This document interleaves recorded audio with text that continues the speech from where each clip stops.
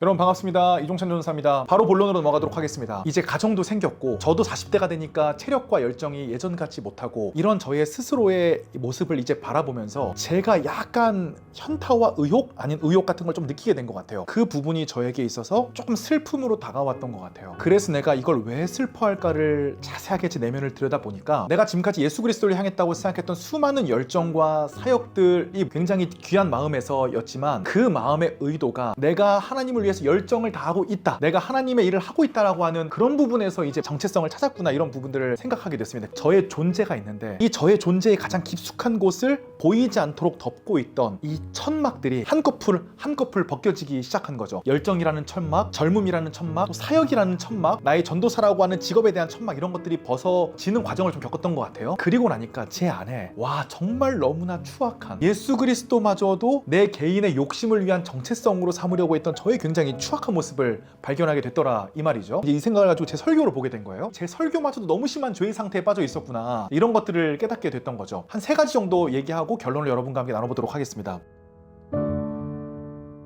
첫 번째로는 사람들의 주목을 끌만한 예화를 사용하기 위해 너무 많이 노력을 했던 것 같아요. 제가 유튜브를 하다 보니까 흔히 후킹이라고 하죠. 이 사람들의 주의를 끌만한 자극적인 예화를 사용하는 것을 굉장히 중요하게 생각을 했던 것 같습니다. 성경에 있는 내용들을 현실에 맞추기 위해서 예화를 사용하는 것은 굉장히 중요한 부분인데, 이 예화를 사용하는 저의 가장 생각의 밑바탕에는 복음은 그 자체로는 힘이 없어, 사람들은 복음 그 자체는 이해하지 못하고 지루해할 거야, 그러니까 예화를 통해서 후킹하지 않으면 사람들은 복음을 이해할 수 없을 것이다 라고 하는 저조차 인식하지 못한 끔찍한 죄성에 사로잡혀 있다는 사실을 발견을 하게 됐습니다. 근데 제가 성경을 보니까 우리 신앙의 선조들인 사도들은 이제 그렇게 설교하지 않았습니다. 사도행전 2장에 베드로는 보니까 성경을 인용하면서 너희가 죽인 예수 그리스도를 다시 하나님께서 살리셨다, 우리가 그 일의 증인이다, 이렇게 이야기를 하거든요.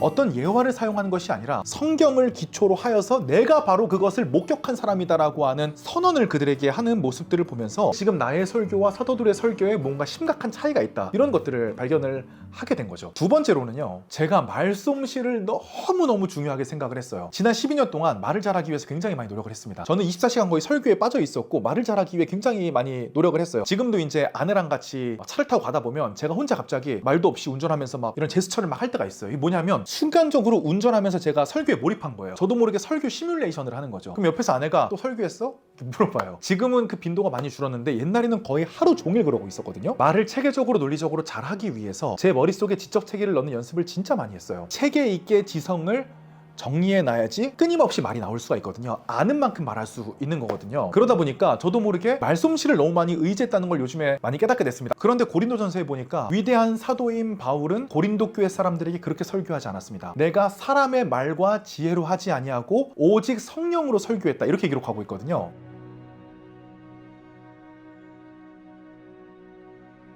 예수 그리스도와 그의 십자가에 못 박히신 것 외에는 전하지 않기로 결정한 거죠. 조심스럽게 말씀드리자면 저와 같은 과정을 좀 거친 게 아닌가. 그래서 어떤 세상적인 기술을 의지하기보다는 성령님과 예수 그리스도가 십자가에 못 박혀 죽으신 것, 우리가 죄인이라는 것 외에는 알리지 않기로 결정했다. 이 지점이 저에게 굉장히 충격적인 부분이었습니다. 세 번째로는요, 설교하고 찬양 한 곡 한 다음에 결단을 너무 많이 사용했던 것 같아요. 저의 머릿속에는 설교 이후에 사람들이 뜨겁게 기도하고 결단해야 나의 설교가 영향력을 펼쳤던 것이다 라는 생각에 아주 빠져 있었던 것 같습니다. 저도 모르게 결단을 꼭 해야 된다고 생각을 했던 것 같아요. 그리고 그들의 감정과 의지를 이끌어내야 된다고 생각을 했던 것 같습니다. 그런데 사도행전 2장에 보니까요, 베드로가 성령으로 충만해서 청중들이 예수 그리스도를 십자가에 못 박은 죄인이라는 것을 설교했을 때 결단을 촉구한 것이 아니라 청중들이 먼저 두려워하면서 물어봅니다. 그럼 이제 우리가 어떻게 해야 됩니까?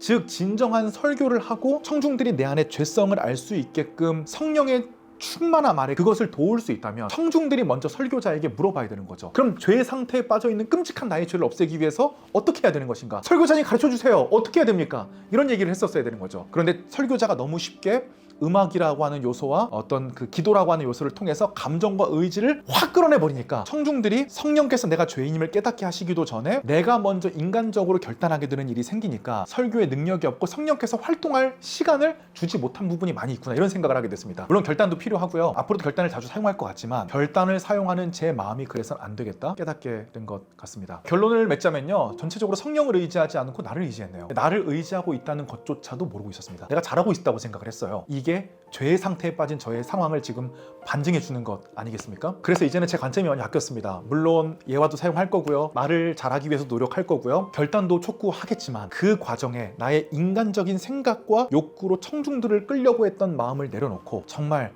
성령께 바짝 엎드려서 예수 그리스도를 다시 사망에서 살리신 하나님의 영, 성부 하나님의 모든 생각까지도 감찰하시는 그 영이 이 청중과 내 안에 가득하시지 않다면 나는 한마디도 할 수 없고 내 설교는 아무런 능력이 없습니다. 주님, 이건 제 설교가 아니라 하나님께서 제 입을 통하여 말하실 수 있도록, 하나님께 자리를 내어드릴 수 있도록 저를 인도하여 주십시오. 이렇게 기도하는 것밖에는 방법이 없다는 사실을 깨닫게 됐습니다. 제 자세가 변하니까요, 저의 설교도 변하고 설교의 내용도 변하고 설교를 준비하는 과정들도 변하게 된 것 같아요. 요즘에 성령님을 의지하면서 얼마나 마음 편하고 충만하게 즐거운 과정으로 설교 준비하는지 모릅니다. 오늘 영상을 보시면서 여러분들의 생각은 어땠나요? 혹시 저와 여러분들이 하는 모든 사역에 하나님을 의지하기보다는 나를 의지하고 어떤 인간의 기술과 스킬을 의지한 부분이 많지는 않았나요? 혹시 저와 비슷한 점을 깨달으신 분들이 있다면 댓글로 남겨주시면 많은 분들이 은혜를 받지 않을까 싶습니다. 너무나 감사하고 저는 다음 영상으로 돌아오도록 하겠습니다.